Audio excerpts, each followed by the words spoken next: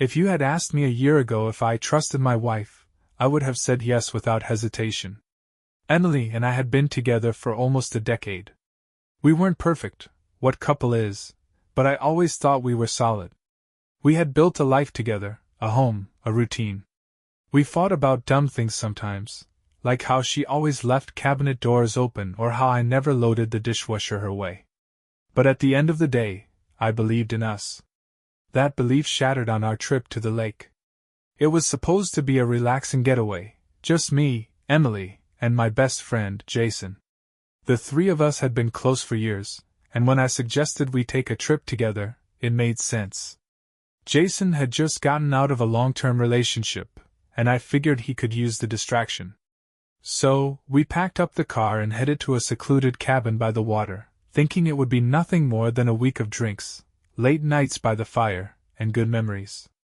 I had no idea that by the end of the trip, nothing in my life would ever be the same again.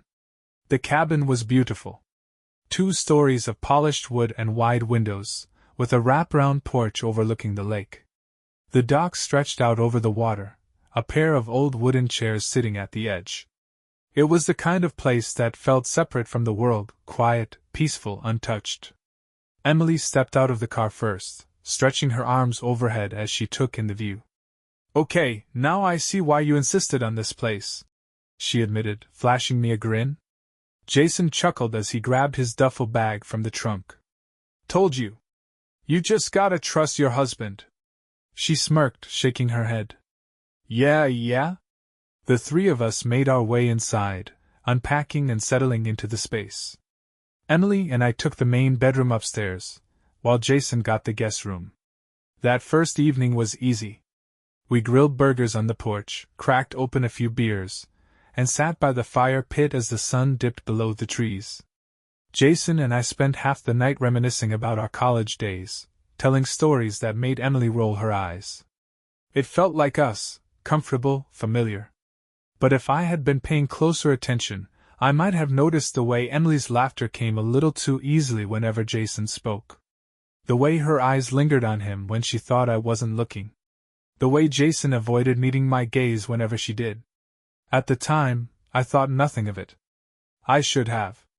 Because that night, the first crack in my marriage formed. And I didn't even see it. The next morning, I woke up to the smell of coffee and the distant sound of Jason and Emily laughing outside. I frowned, rubbing my eyes as I rolled out of bed. When I stepped onto the porch, I found them standing by the dock, Jason holding a fishing pole while Emily teased him about his lack of skills.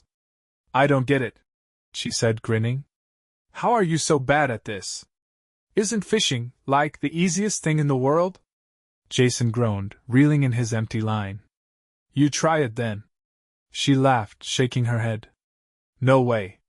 I'd just embarrass you more." I leaned against the railing, watching them.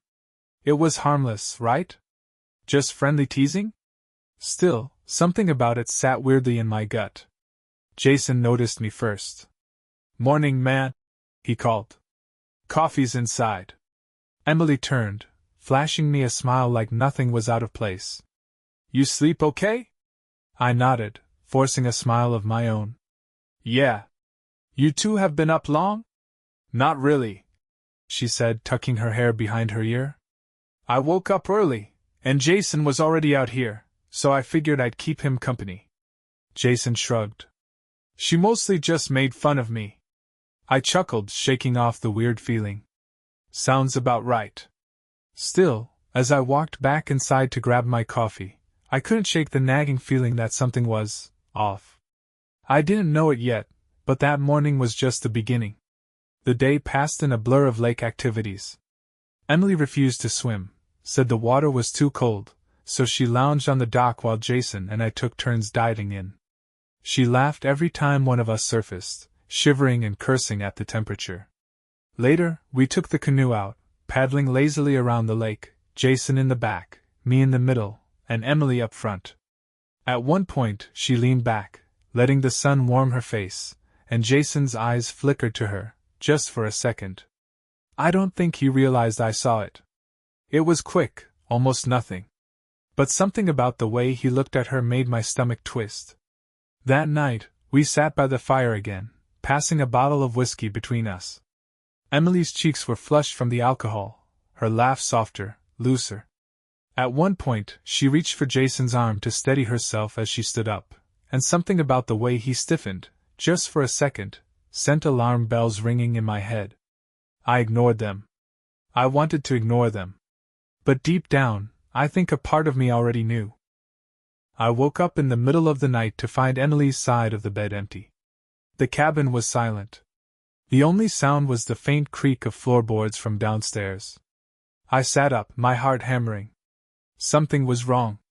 I swung my legs over the side of the bed, rubbing my face before pushing myself to my feet. I crept down the stairs, moving slowly, carefully. The living room was empty. So was the kitchen. But when I glanced toward the porch, I froze. Emily was standing out there, with Jason. They were close. Too close. Their heads bent together, her hand lightly touching his arm. Jason's fingers twitched like he wanted to grab her but was stopping himself. I couldn't hear what they were saying, but I didn't need to. The tension between them was thick enough to choke on. I should have burst through the door right then. Should have confronted them, demanded to know what the hell was going on. But I didn't. I just stood there, frozen, watching as my best friend and my wife stood together in the dark. Because even though they hadn't crossed the line yet, I knew it was only a matter of time. I stood there, hidden in the dark, watching my wife and my best friend on the porch. At first, I told myself it was innocent. Maybe she had trouble sleeping and went outside for air. Maybe Jason just happened to be awake too. Maybe they were just talking. But the longer I stood there, the harder it was to believe that lie. They were too close. Emily's body was angled toward Jason in a way that felt too intimate, too familiar. She was looking up at him like he was the only person in the world. And Jason, he was looking at her the way I used to, back when we were first falling in love. My stomach twisted. Jason said something, too low for me to hear, and Emily let out a quiet laugh, pressing her fingers to her lips like she was trying to keep from waking me up. I felt sick. I should have stepped outside. I should have made my presence known. But I just stood there, my body frozen, my mind racing. This wasn't my imagination. This wasn't paranoia. Something was happening. And deep down, I knew, this was just the beginning. I didn't say anything the next morning. I barely slept after what I saw, but when Emily slipped back into bed around 3 a.m., she curled up beside me like nothing had happened. Like she wasn't just outside with him. When I woke up a few hours later, she was already in the kitchen, making breakfast like it was any other day. She smiled when she saw me, kissed my cheek, and handed me a cup of coffee. "Morning," she said softly, like she had no idea that I had spent half the night awake, staring at the ceiling, wondering if my wife was cheating on me. I forced myself to act normal. To eat breakfast. To laugh at Jason's jokes. To pretend that everything was fine. But I wasn't fine. And by the time the afternoon rolled around, I wasn't sure how much longer I could keep pretending. "Hey," Emily said later that day, brushing a hand over my arm. "You okay? You've been quiet." I hesitated. This was my chance. I could ask her about last night. I could tell her I saw them together. I could put it all on the table and force her to tell me the truth. But I didn't. Instead, I smiled, forced, fake, empty. "Just tired." She searched my face for a second, then nodded, accepting the excuse. I should have said something. Because by the end of that night, my worst fear would be confirmed. And there would be no coming back from it. That evening, after dinner, Emily said she had a headache and was going to bed early. I nodded, playing my role as the understanding husband. But something about the way she said it felt off. Jason and I stayed outside, nursing our drinks in silence. I kept waiting for him to say something. To slip up. To acknowledge the tension that had been building between us since the trip started. But he didn't. Instead, he acted like nothing was wrong. Like he hadn't been outside with my wife last night. Like he wasn't sneaking glances at her when he thought I wasn't looking. I should have called him out. I should have demanded answers. But for some reason I couldn't. Maybe I was scared of what he would say. Or maybe I already knew the truth, I just wasn't ready to hear it out loud. After a while, Jason stretched, setting his empty beer bottle down. I think I'm gonna crash too. I nodded, saying nothing as he walked inside. And then, 5 minutes later, I followed him. Not because I was tired, but because I needed to know. I needed to see it with my own eyes. And when I did, it broke me. The house was dark and quiet as I crept up the stairs. I wasn't even sure what I was looking for. Proof? Confirmation?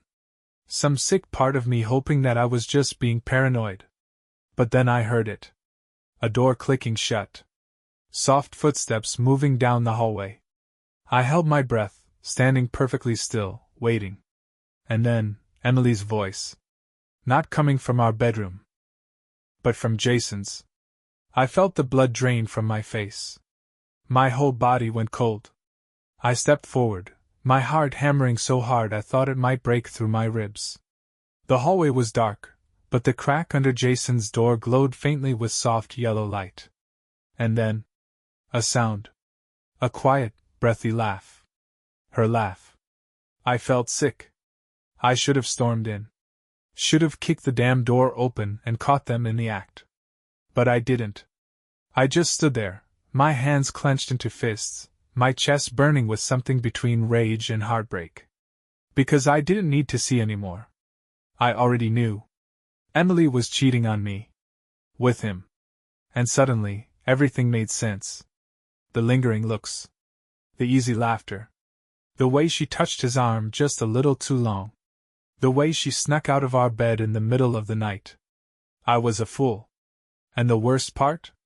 She hadn't even tried to hide it. I didn't sleep that night. I sat in the dark, staring at the ceiling, listening to the faint sounds coming from down the hall. I wanted to be angry. I should have been angry. But all I felt was hollow. I kept thinking about all the moments I had ignored. All the times I had trusted her, believed in her, loved her. And for what? So she could sneak into another man's bed while I slept in ours?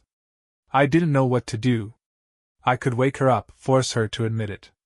I could confront Jason, tell him to pack his shit and leave. Or I could wait. Let them think they got away with it. Let them think I didn't know. And then decide how I wanted to burn it all down. By the time morning came, I had made my decision. I wasn't going to scream. I wasn't going to beg. I was going to let them hang themselves with their own lies. And then? I was going to make sure either of them forgot exactly what they had done to me. Morning came too soon. I had spent the whole night lying in bed, staring at the ceiling, listening to the quiet sounds of the cabin. Every time I closed my eyes I saw them. Emily and Jason. Together. In the dark. In his bed. I wanted to believe I was wrong. That I had misunderstood. That I was jumping to conclusions. But I wasn't. I knew what I heard. And now, I had to decide what to do with it. The scent of coffee drifted through the air, pulling me from my thoughts. I got up slowly, my body heavy, my mind still buzzing. When I stepped into the kitchen, Emily was at the stove, flipping pancakes, smiling like nothing had happened. Jason sat at the table, scrolling through his phone, sipping his coffee like it was any other morning. The two of them looked so normal. And it made me sick. "Hey, babe," Emily said, flashing me a warm smile. "You sleep okay?" I stared at her. I had spent all night awake, knowing she had been in his bed, and now she was standing there, looking me in the eye, pretending everything was fine. My hands clenched into fists. I wanted to ask her, "Did you sleep well? Did you enjoy it? Did you even think about me while you were sneaking around behind my back?" But I didn't. Instead, I forced a smile. "Yeah. Fine."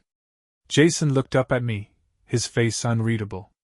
I held his gaze, waiting for something. Guilt. Regret. Shame. But there was nothing. And somehow, that hurt even more. I sat down at the table, reaching for my coffee, my hands steady even though my insides were screaming. I wasn't going to lose my temper. Not yet. Because I wanted to see how far they would go. I wanted to see just how much they thought they were getting away with. I spent the whole day watching them. Every touch. Every glance. Every tiny moment they thought I wouldn't notice. And the worst part? They were careful. Not overly obvious. Nothing you'd pick up on if you weren't looking. But I was looking. And once you see it, once you know, you can't unsee it. Like the way Emily laughed just a little too hard at Jason's jokes. Or the way Jason always seemed to be near her, just close enough that their arms almost brushed. Or how her body leaned toward him, like she was drawn to him without even realizing it. I kept waiting for them to slip up. For Jason to touch her back when he walked past. For Emily to steal a glance when she thought no one was looking. But they never did. They were smart. Which meant this wasn't new. This wasn't just a stupid mistake. A one-time thing. This was something else. And suddenly, I was seeing all the little things that had been happening before this trip. The way Emily had been on her phone more lately, smiling at messages she never showed me. The way Jason had pulled away from our friendship a little, not much, just enough to be noticeable. How had I not seen it before? Because I trusted them. Because I never thought they, out of everyone, would do this to me. I clenched my jaw, gripping my beer so hard my knuckles went white. I had two choices. I could keep pretending. Keep swallowing it down, let it eat away at me until I couldn't take it anymore. Or I could end it. And right then, sitting by the fire that night, watching my wife laugh at a joke my best friend made, I decided. They weren't getting away with this. I was going to make sure of it. I waited. I wanted to explode, to confront them right then and there. To wipe those smug little smiles off their faces. But that would be too easy. They needed to feel this. They needed to know that they had destroyed something, and that it wasn't going to just go away. So, I played along. I laughed when Jason made a joke. I kissed Emily's cheek when she leaned into me.